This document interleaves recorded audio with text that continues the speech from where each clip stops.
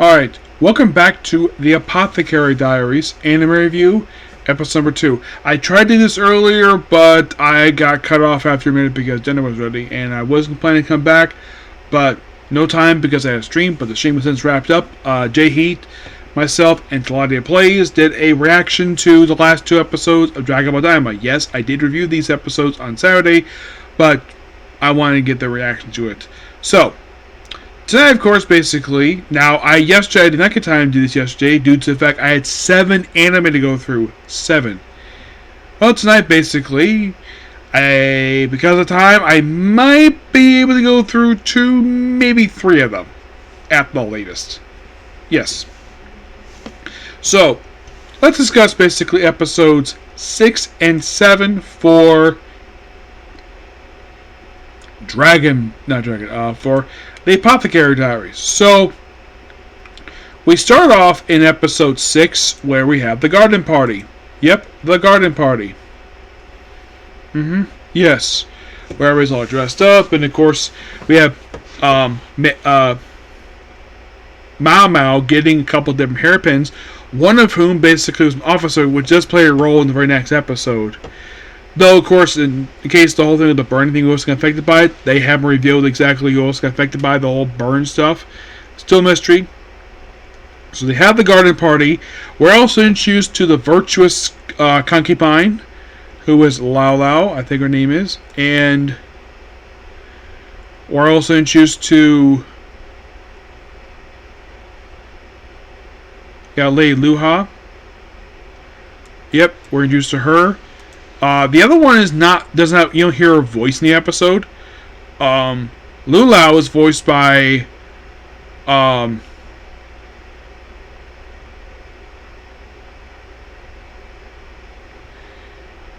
Risha Mi.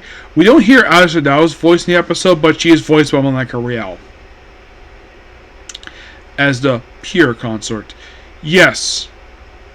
And they do mention that this woman is very young, and apparently, get this, she was the concubine for the current emperor's father. Yes, and she was very, very young, like about 10 years old, and became a concubine. And then for some weird reason in the show, somehow she became the current emperor's concubine for some weird reason, and became one of the other concubines' mother-in-law for political reasons. Yes. So, then of course it's a cold day, it's a pavilion. They couldn't put a top on it for some reason. They just put walls up. Everything got enough. How about go inside of a place and get everybody warmed up in this open area? Well, you don't have a place in this palace, basically, for a big room. So, and then we have them eating this stuff. We have the taste testers. Mao Mao basically notices, basically, like, Lu Shu basically is, doesn't like the particular fish, but there's a reason why. And like, oh, this is poison. Apparently, this was actually switched. So she basically sort of runs away, and then of course she has Ju Shao bring in Lu Shu and her taste tester, because apparently the poison was supposed to be for her, but got switched. And they do a little investigation later on where they have at least fingerprints. They do like a version of like fingerprint identifying, and we see that the servants hold the bottom of the cup, and the top, the rim, is actually supposed to be full of the nobles, basically, also the consorts. But somebody, not the consort, touched that cup. Also, the way they drink soup is differently in China. They don't exactly use a spoon like the U.S. does. They drink it like it's like an actual drink, or they use chopsticks because, you know, Asian culture. I'm not gonna criticize it; it's their thing. Whatever. Moving on.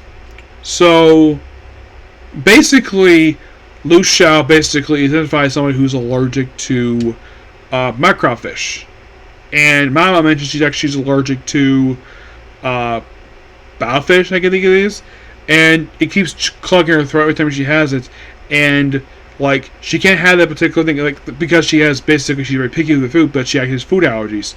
And it's shown that basically forcibly pulls up her arm, goes, oh, she's broken on hives, but don't worry, give it a little ointment, she's perfectly fine. Tacy was brought in just to point this out, though, about this, and then they go off, and like, by the way, we're also introducing the episode to the Emperor Downing, the current Emperor's mom, who is very young and had him. Basically, he birthed him when he was very young, and we see her holding one of our grandchildren, which I thought this was so cute, seeing this. Though it's basically her granddaughter, who is the daughter of Gikyo. Yes.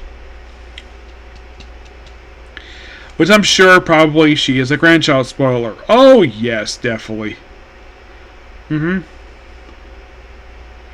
Oh, and I did not mention this in the last video, so Toho is responsible for Toho Animation Studio, which only started 7 years. Not Toei. This is Toho Animation. I think they're like a branch or like something to do. They're okay. So they were a separate studio. Then Toho, the same company that makes Godzilla, bought them, and they apparently have done a few series. The first series came out 6 years ago, called Business Fish.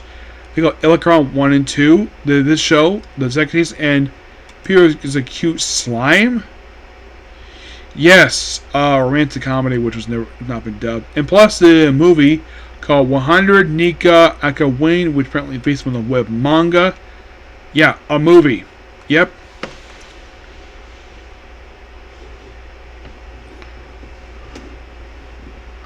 And there's also a thing, basically, of the Virtuous Consort being bullied because of her outfit, because she was tricked by another consort to wear it, while her lady has been wearing white, because he's known as the Virtuous Consort, or at least the pure one, and she gets poked fun of it. Which I like to get a little bit of lore here, per se. And then the next episode, well, we have a couple of different things going on here. So, basically,